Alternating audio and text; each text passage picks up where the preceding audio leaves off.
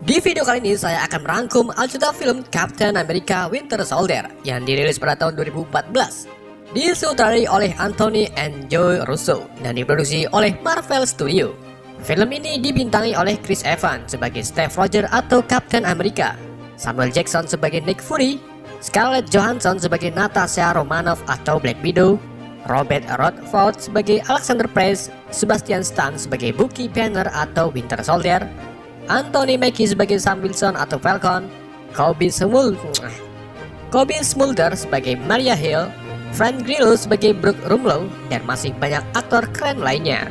Film ini bisa dibilang urutan ke-10 dari Marvel Cinematic Universe, namun kalian juga harus nonton alur film Captain America The First Avenger agar kalian paham dan nyambung. Link ada di pojok kanan atas video. Film ini mengisahkan Steve Rogers yang harus menghadapi masalah besar saat mengetahui sindikat Hydra di masa lalu masih berjalan sampai sekarang ini. Hal tersebut tentunya sangat berbahaya bagi kehidupan penduduk di bumi. Maka dari itu, Steve Rogers atau Captain America berjuang mati-matian untuk menghentikan Hydra. Gimana kisah selanjutnya? Daripada tidak penasaran, mari kita simak lanjutannya.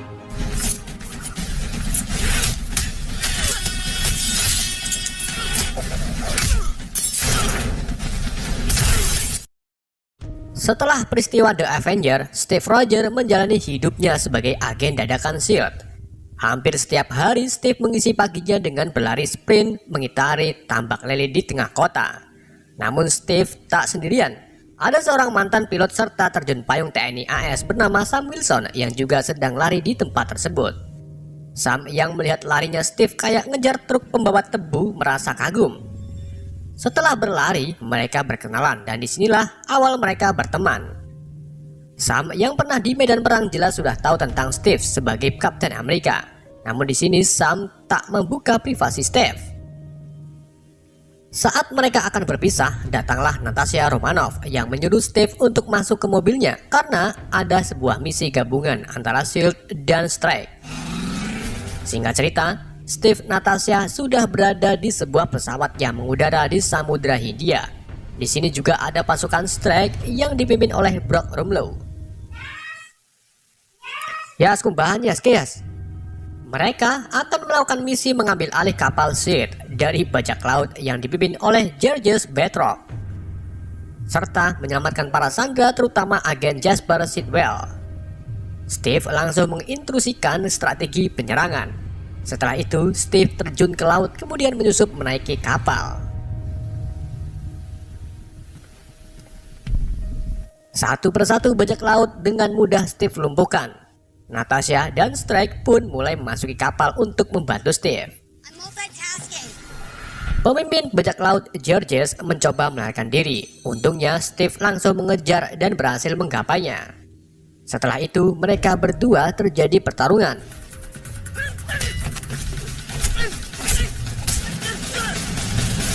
Di pertengahan pertarungan, Georges meminta Steve untuk tak menggunakan perisainya. Steve pun menyetujui dan kembali bertarung. Karena sering makan daun kemangi, akhirnya Steve berhasil mengalahkan Georges. Saat itu juga, Steve mendapati Natasha sedang menyalin data kapal ke Flash Drive Shield. Gak lama kemudian, Georges terbangun lalu melempar granat ke arah mereka. Untungnya, Steve dengan sigap menyeret Natasha kemudian berlindung dari ledakan granat. Keesokan harinya, di Triskelion atau markas besar SHIELD, Steve berhadapan dengan Nick Fury. Setelah itu, Steve dibawa ke ruang bawah tanah, di mana ada 3 helicarrier bertenaga energi Tesseract yang sedang dikerjakan sebagai bagian dari Project Insect. Insect sendiri adalah sebuah operasi yang menghubungkan helicarrier ke satelit mata-mata yang digunakan untuk mencegah kemungkinan serangan teroris. Nick mengatakan bahwa setelah kejadian The Avenger, Dewan Keamanan Dunia butuh hentakan baru dalam memeriksa ancaman. Tetapi Steve melihat ini sebagai bentuk perlindungan yang sangat agresif serta membahayakan banyak orang. Namun Nick tetap bersikeras melanjutkan Project Insect. Setelah itu, Steve meninggalkan Triskelion dan pergi mengunjungi Museum Smithsonian untuk melihat pameran yang didedikasikan untuk Captain America. Sahabat lama Steve yaitu Letnan Bucky Banner juga tercatat sebagai pahlawan di abad ke-21. Setelah itu, Steve melanjutkannya dengan melihat rekaman Peggy Carter, kekasih Steve dulu, yang menceritakan perjuangan Steve melawan Hydra. Melihat wajah Peggy di layar membuat Steve kangen. Maka dari itu, Steve menemui Peggy yang ternyata masih hidup, namun ia sudah sangat tua dan berbau daun seledri. Awalnya, Peggy tak mengenal pria di hadapannya, namun saat Steve mengambilkan segelas air putih sambil memanggil Peggy, Peggy langsung menyadari bahwa di hadapannya adalah Steve. Hal tersebut membuat Peggy sangat sedih bahagia, karena Steve masih hidup. Steve mengatakan bahwa ia tak bisa meninggalkan gadis terbaiknya yang berhutang dansa. Di sisi lain, Nick Fury mencoba mengakses file yang Natasha dapatkan di flash drive Shield. Akan tetapi, Nick tidak bisa melewati keamanan data dan mendapatkan sistem telah mengamankannya atas nama Nick Fury itu sendiri. Hal tersebut membuat Nick mules karena ia tak pernah melakukan sistem keamanan tersebut. Di sini, Nick curiga bahwa ada yang membobol sistem data Shield. Kemudian Nick menemui sekretaris keamanan dunia bernama Alexander Price yang baru saja melakukan rapat dengan dewan lain masalah pembajakan kapal semalam. Di hadapan Alexander, Nick tak membicarakan sistem keamanan, namun ia membicarakan Project Insect yang meminta Alexander untuk menunda kepeluncuran helicarrier-nya. Alexander pun mengiyakan Nick, tetapi ia meminta Nick untuk memanggil Iron Man lebih dulu agar datang di pesta sunatan ponakannya nanti. Kita kembali ke Steve. Setelah dari Peggy, Steve menemui teman barunya, Sam, yang sedang memimpin sebuah kelas militer. Setelah kelas tersebut selesai, Sam menghampiri Steve lalu mengungkapkan kepada Steve bahwa ia kehilangan temannya bernama Riley saat bertugas penangkapan Khalid Kendall di Afghanistan. Riley mati ditembak tentara RPG. Sam dan Riley bukan pilot sembarangan. Sam adalah pilot Exo 7 Falcon, sebuah jet bersayap yang terpasang di punggung. Namun di sini Steve belum tahu bahwa Sam adalah pilot Exo 7 Falcon. Di sisi lain, Nick Fury yang sedang mengendarai mobil menghubungi agen Maria Hill untuk melakukan pertemuan secara diam-diam, karena Nick sudah mulai curiga bahwa ada yang tak beres di dalam Shield. Di saat Nick berhenti di persimpangan, tiba-tiba mobil polisi menabrak mobil Nick dari samping, kemudian disusul dengan mobil polisi yang lain hingga mobil Nick tak bisa keluar. Setelah itu, datanglah truk yang isinya tentara bayaran untuk membunuh Nick. Nick diserang, kemudian ia langsung menyalakan sistem pendorong di mesin mobilnya. Di saat tingkat keamanan kaca di mobil Nick 100%, Nick langsung mengeluarkan tulupan lalu menembaki semua tentara bayaran.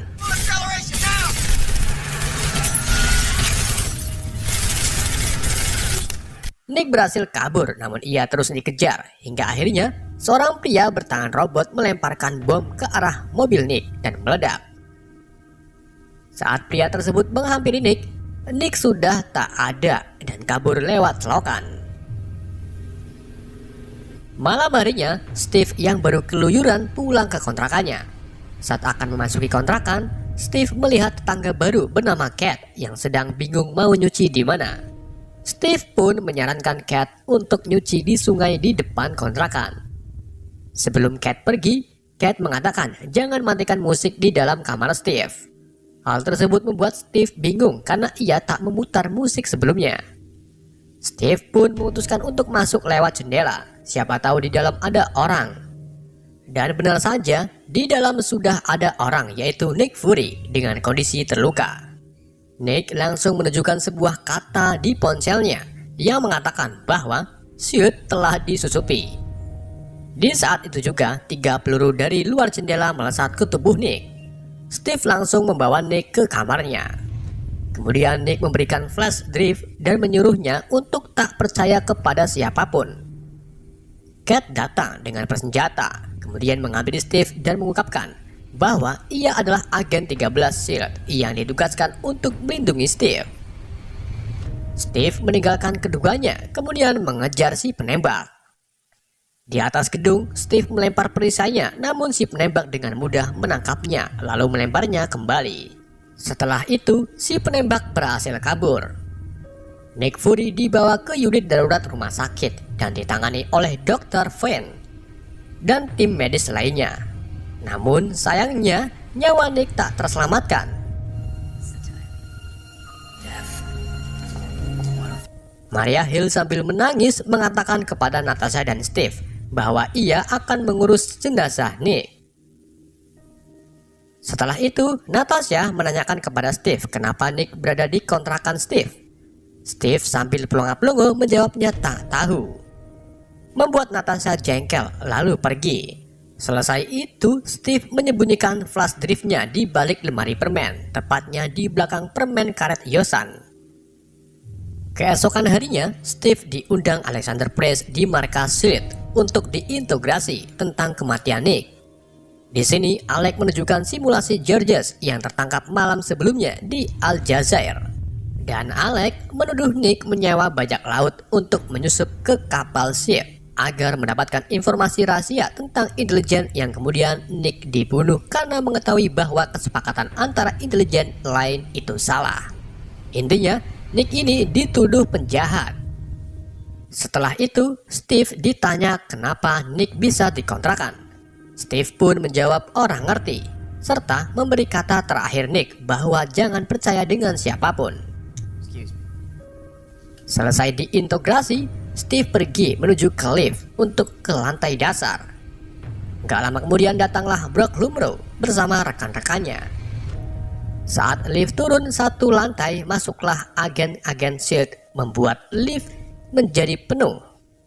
Di sini Steve curiga dengan gerak-gerik orang di dekatnya. Steve melihat tangan mereka sudah siap untuk menyerang, serta ada yang keluar keringat dingin di kepalanya. Steve memancing mereka dengan mengatakan sebelum memulai, ada yang mau keluar? Dan langsung saja Steve dikeroyok. Steve kewalahan menghadapi mereka, namun karena tadi siang makan kemangi sambal tomat, Steve akhirnya berhasil melumpuhkan para agen di lift tersebut. Saat lift terbuka, sudah banyak pasukan yang menghadang Steve. Steve langsung memutuskan tali rafia lift membuat lift turun dengan sangat cepat. Lift tersebut berhenti di lantai 7 yang akhirnya Steve terpaksa melompat untuk kabur dari lift. Setelah itu Steve melanjutkan kaburnya dengan mengendarai motor. Namun di hadapannya ada rintangan beserta pesawat yang menembaki Steve. Lagi-lagi karena kemangi, Steve akhirnya berhasil menghancurkan pesawatnya, kemudian pergi.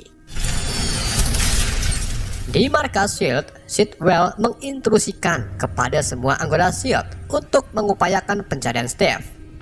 Mendengar hal tersebut, agen Cat menuntut untuk mengetahui alasan Steve diburu.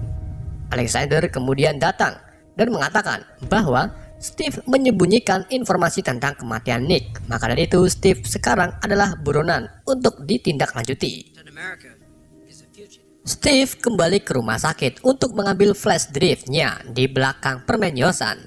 Namun sayangnya, drive tersebut sudah diambil oleh Natasha yang meminta kejelasan Steve. Steve langsung menyeret Natasha ke ruangan dan menuntut untuk mengetahui apa yang Natasha ketahui tentang pembunuhan Nick.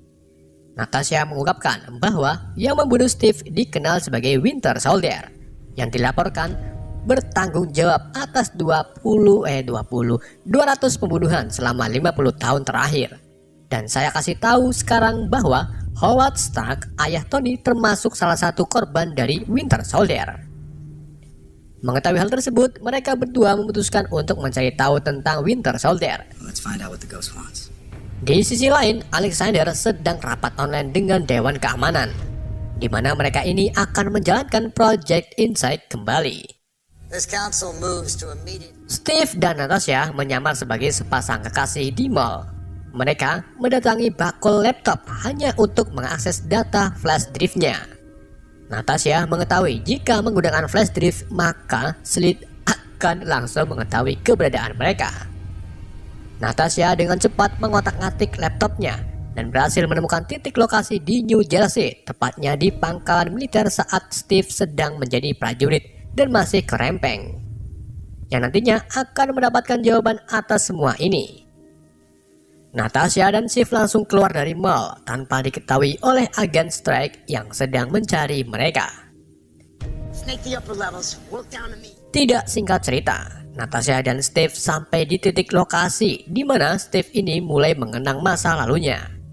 Kemudian Steve memasuki sebuah ruangan yang dulunya tak sembarangan tentara bisa masuk. Steve yang masih ingat masuki ruangan rahasia dan terkejut melihat markas ini milik SHIELD.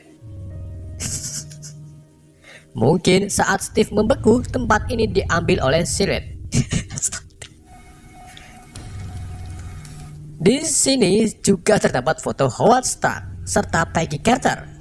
Setelah itu, Steve menemukan lift. Kemudian Natasha mengakses liftnya dan keduanya berhasil turun ke ruangan bawah. Sesampainya di ruangan bawah, mereka melihat serangkaian komputer kuno dengan konektor flash drive di depannya. Natasha langsung menyolokkan flash drive-nya ke konektor dan secara otomatis komputer menyala. Komputer tersebut dapat menganalisis orang di depannya, semacam kecerdasan buatan yang mirip dengan Jarvis milik Tony Stark.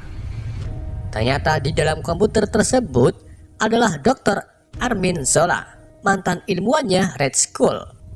Papa Zola mengatakan bahwa setelah Hydra dikalahkan, Zola direkrut oleh SHIELD serta Hydra yang lain, di mana pada saat itu mereka bersekongkol melawan kepemimpinannya yang baru.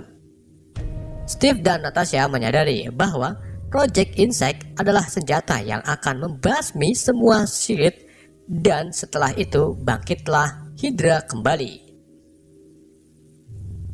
Steve juga sadar bahwa selama ini Hydra masih ada. Gak lama kemudian pintu ruangan tertutup. Steve langsung melemparkan perisainya, namun ia terlambat. Natasha mendeteksi datangnya rudal. Steve segera membuka tutup selah di bawah, kemudian berlindung bersama Natasha dan ledakan pun terjadi. Steve masih bertahan. Setelah itu ia membawa Natasha yang pingsan pergi dari tempat ini sebelum Rumlow dan timnya menemukan mereka.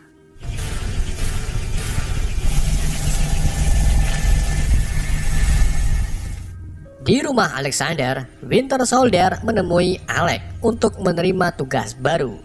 Di saat itu juga pembantu Alec mempergoki keduanya sedang mengobrol, yang akhirnya dengan terpaksa Alec membunuh pembantunya demi menjaga rahasia. Di sini terkuak bahwa Alexander adalah penjahat di balik semua ini, dan dia termasuk bagian dari Hydra. Keesokan harinya, Steve dan Natasha mendatangi rumah Sam Wilson untuk berlindung sementara. Di dalam kamar, Steve dan Natasha membicarakan tentang masalahnya. Hal tersebut didengar oleh Sam yang langsung menawarkan dirinya membantu mereka. Sam juga menunjukkan jati dirinya sebagai pilot Exo-7 Falcon. Rencana mereka untuk memecahkan masalah ini dengan menculik Sitwell lebih dulu.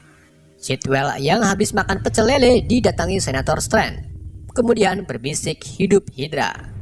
Setelah Strange pergi, Sam menelepon Sitwell dengan menggunakan data diri Alexander.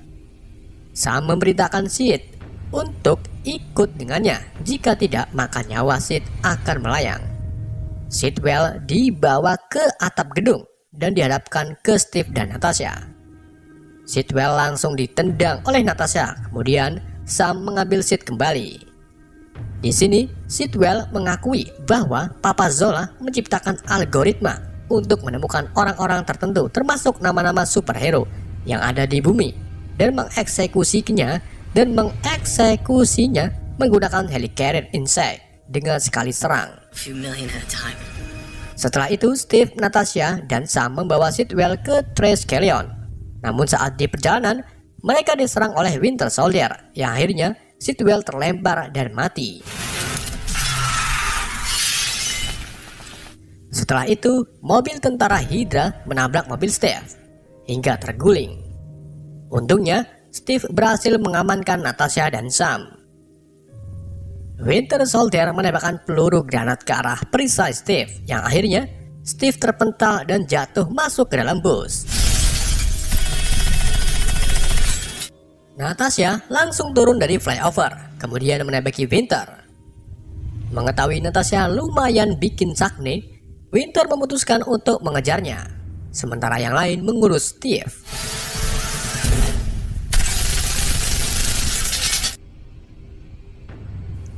Sam yang pelunga-pelungu mulai ikut-ikutan bertempur membantu Steve dan menyuruh Steve untuk menyusul Natasha. Natasha dan Winter Soldier bertarung hingga akhirnya ia tertembak. Saat itu juga Steve datang dan langsung berduel dengan Winter Soldier.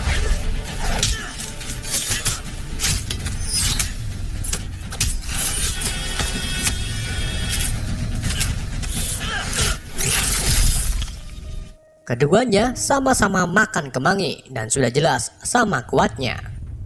Steve berhasil membuat masker Winter terlepas dan mengetahui bahwa Winter Soldier adalah Bucky Banner, sahabatnya di abad ke-21. Steve memanggil Bucky, membuat Bucky bingung. Bucky akhirnya berhasil kabur, dan gak lama kemudian, Steve, Natasha, dan Sam dikepung oleh polisi serta anggota SHIELD.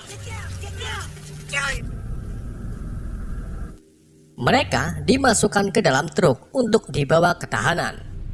Di dalam truk, mereka dijaga oleh dua petugas dan salah satunya adalah Maria Hill yang dengan sigap membunuh satu penjaga. Kemudian, ia membawa ketiganya ke tempat fasilitas rahasia, di mana tempat tersebut ada Nick Fury yang masih hidup dan dirawat oleh Dr. Finn. Jadi, Dr. Finn ini menyuntikkan Tetrodotoxin B ke tubuh Nick saat di rumah sakit untuk memperlambat denyut nadinya.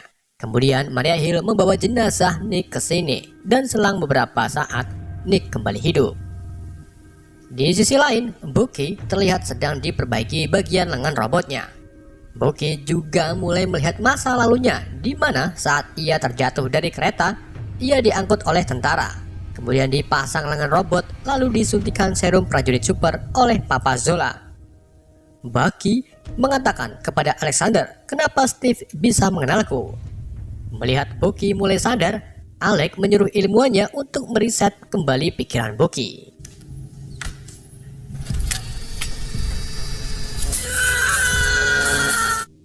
Di fasilitas rahasia, Nick menunjukkan 3 chip yang akan Steve gunakan untuk merubah sistem helicarrier.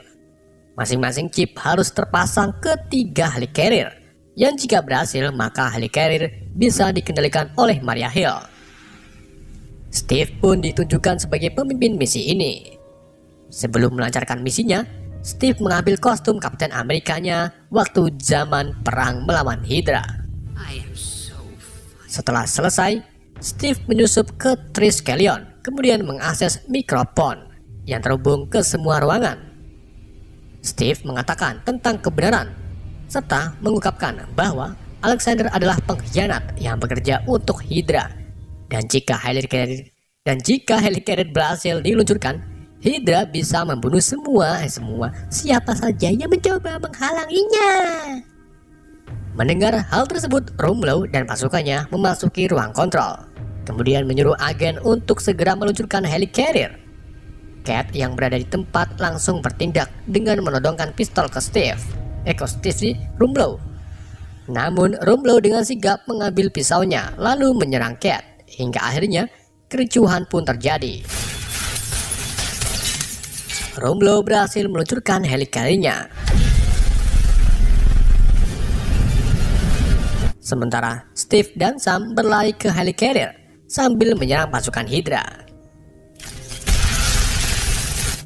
Di sisi lain, Alexander mencoba meyakinkan para dewan yang sudah tak percaya lagi dengan Alex. Saat itu juga, Natasha yang menyamar sebagai salah satu dewan menyerang Alex dan berhasil membuatnya tak bisa berkutil. Sam masih sibuk dengan serangan helicarrier, sementara Steve berhasil menancapkan chip keduanya dan tinggal satu lagi. Bucky muncul kemudian menyerang pasukan SHIELD, lalu mengambil pesawat untuk menyusul Steve. Di ruang dewan, Nick datang kemudian menyuruh Alexander membuka kunci sistem keamanan insek dan berhasil membukanya. Steve dan Sam bergabung, kemudian Bucky datang dan langsung mengajak mereka berdua bertarung. Bucky berhasil mematahkan kedua sayap Falcon, membuat Sam terjatuh. Untungnya, Sam segera menarik parasutnya dan berhasil mendarat. Steve dan Bucky kembali bertarung dengan chip yang sesekali lepas dari tangan Steve.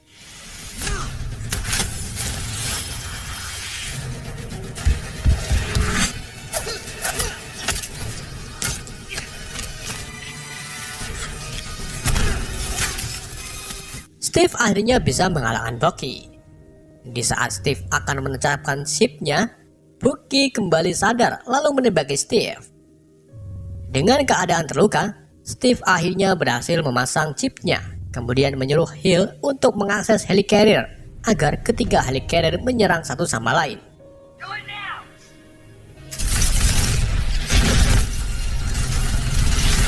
Di ruang dewan, Natasha menyetrumkan dirinya untuk menonaktifkan pin peledak di jasnya. Setelah itu, Nick langsung membunuh Alexander. Sementara Sam menemui Rumlow dan bertarung dengannya. Saat pertarungan tersebut, Sam dikejutkan dengan helicarrier yang akan jatuh ke tempat mereka bertarung. Sam segera berlari, kemudian melompat dan diselamatkan oleh Nick dan Natasha. Sedangkan Rumlow terlihat terlambat dan terkena runtuhan helicarrier. Di helicarrier terakhir, Steve mencoba membebaskan Bucky yang terjepit besi. Setelah terbebas, Steve meyakinkan Bucky bahwa ia adalah temannya. Namun Bucky malah memukuli Steve secara terus-menerus, hingga akhirnya Steve terkapar. Kemudian Steve mengatakan, "Aku akan terus bersamamu sampai akhir hidupku." Kata-kata tersebut adalah kata-kata Bucky pada saat Steve belum menjadi prajurit. Hal tersebut membuat Bucky mulai mengingat. Gak lama kemudian helicarrier roboh ke laut beserta Steve. Kemudian Bucky menyeret Steve ke daratan lalu pergi. Setelah kejadian tersebut, Steve terlihat berbaring di rumah sakit sambil ditemani Sam. Senator Stan ditangkap dan Rumlow terkapar tidak berdaya dengan kondisi tubuhnya penuh luka. Sementara Natasha menghadiri sebuah sidang untuk mempertanggungjawabkan hubungannya dengan SHIELD. Natasha membela diri dengan mengatakan bahwa Dewan Keamanan Dunia akan selalu membutuhkan kelompoknya. Setelah itu, Natasha pergi. Di sisi lain, Nick membakar jejak keberadaannya termasuk paspor dan penutup mata ciri khas Nick. Setelah itu, Nick bertemu Steve dan Sam di kuburan palsu Nick. Kemudian ia pergi. Datanglah Natasha yang memberikan dokumen milik Bucky Banner mengenai transformasi Bucky. Di pasca kredit, di sebuah laboratorium bawah tanah, agen Hydra yang tersisa sedang membahas peristiwa baru-baru ini. Mereka sedang merencanakan sesuatu dengan bereksperimen Minstone milik Loki. Mereka menyatakan bahwa masih banyak fasilitas Hydra yang masih tersebar di seluruh dunia. Di tempat tersebut juga ada manusia super. Mereka adalah kakak beradik, yang cowok Pyto atau Quicksilver dan yang cewek Maximoff atau Scarlet Witch. Di adegan pasca kredit akhir memperlihatkan Bucky yang mengunjungi museum Captain America dan melihat foto dirinya berada di sana.